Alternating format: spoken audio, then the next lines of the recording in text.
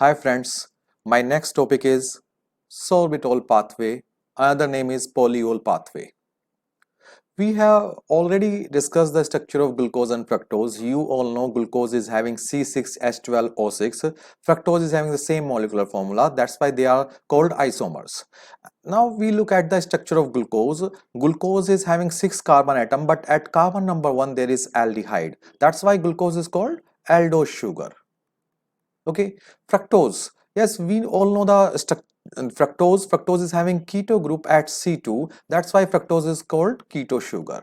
So glucose and fructose are having different functional group but same molecular formula. That's why they are called functional isomer, because functional groups are different.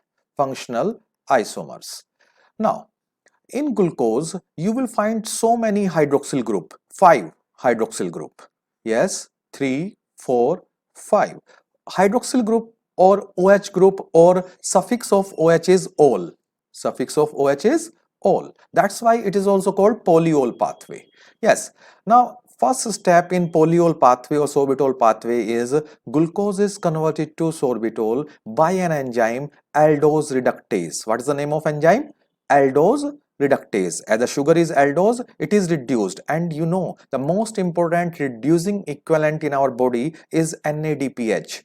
NADPH will give hydrogen. Yes, you all know whenever there is joining of hydrogen means reduction. So NADPH will give 2 hydrogen to C1, and this C1 will be converted to CH2OH by enzyme aldose reductase. Now this compound is having 6 OH, sareol sorbitol. Mnemonic sareol sorbitol, all sorbitol, and that's why it is also called polyol pathway. Now sorbitol is converted to fructose by removal of 2 hydrogen by sorbitol dehydrogenase, not so important, and keto group is formed. So simply you can say sorbitol pathway is conversion of glucose to fructose.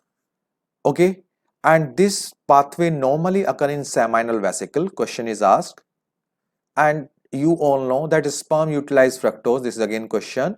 That's why to make fructose in seminal vesicle, sorbitol pathway normally occur. But in case of diabetes, when blood glucose is very high, you all know that if you want to transfer glucose into a cell, you require insulin. Normally glucose enter the cell with the help of insulin, but few tissues are independent of insulin, just like lens. In diabetes, when blood glucose is high, more and more glucose enter the lens, and this glucose is converted to sorbitol. This sorbitol accumulate in lens to produce snowflake cataract. Yes, this is the picture of snowflake cataract. You can see.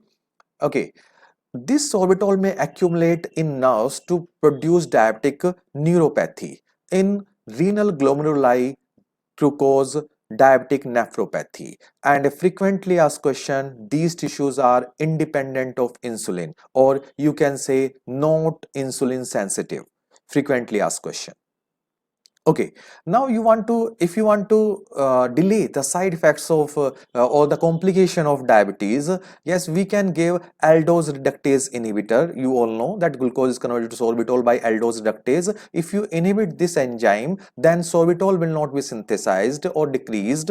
Synthesis will decrease, so complication will be delayed. And the inhibitors are tolrestat, ipalrestat. How to remember? Sorbitol, tol. Static. Yes, L, static. Tolrestat has been removed from market because of its side effect of hepatic necrosis. How to remember that tolrestat can't be tolerated? Thank you.